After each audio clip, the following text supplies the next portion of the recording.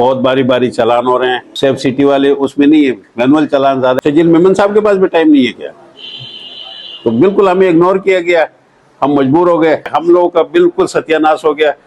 हमें हमारे ट्रांसपोर्टरों के घरों में फाके शुरू हो गए। पहले तो मैं कराची ट्रांसपोर्ट एहतियात की तरफ से उस आवाम से माजरत चाहता हूँ कि ये जिनको तकलीफ हुई है, लेकिन हमारी मजबूरी है।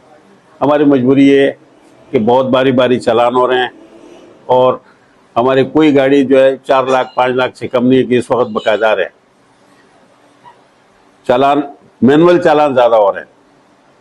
हम जो कैमरे लगे हुए हैं सेफ सिटी वाले उसमें नहीं है, मैनुअल चालान ज़्यादा है। जब से मैनुअल चालान का प्रोसीजर साहब ने चलाया उसके बाद जो है आप देख सकते हो कि कितने चालान हैं। दूसरा ये है कि जब हम कागज़ बनवाने जाते हैं, टैक्स भरने जाते हैं, तो एक्साइज वाले कहते हैं पहले थर्ड पार्टी इंश्योरेंस 12,000 भरो और फिर आकर के हम इंश्योरेंस अपना आपका टैक्स लेंगे।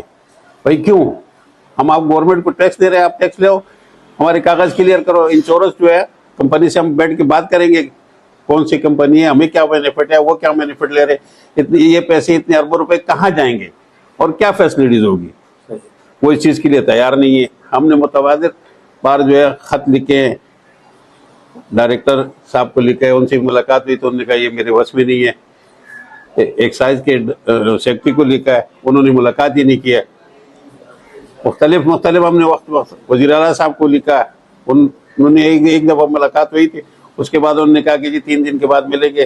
उसके बाद हम ख़त लिख के उनके पास टाइम नहीं। चलो वो हम मानते हैं कि वज़ीर आला के पास टाइम नहीं है, वज़ीर शजील मेमन साहब के पास भी टाइम नहीं है क्या?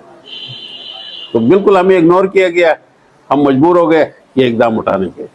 सब्सिडी भी नहीं मिली और प्लस हमारी गाड़ियाँ जब रोड पे चलती है, अब जैसे 10 ये मुहर्रम शुरू हो गया या कल वो दूसरा वो था प्रोग्राम था, हमारी गाड़ियाँ पकड़ के गलियाँ बंद करते हैं। तो हम ये मुतालबा आईजी साहब से भी करते हैं, एडिशनल आईजी साहब से भी करते हैं कि हमारे बिगाड़ में गाड़ियाँ ना पकड़ी जाए।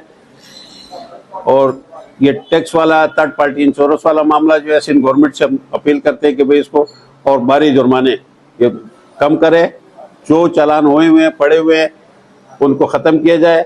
मजीद जो कानूनी चालान है या हम उनकी कुछ स्कीम से नहीं वो है कि भाई हम कानून नहीं मानते। हमारे साथ वादे हुए थे कि लाइन होगी, स्टाफ बनेंगे, इंक्रोचमेंट नहीं होगी रोड पे।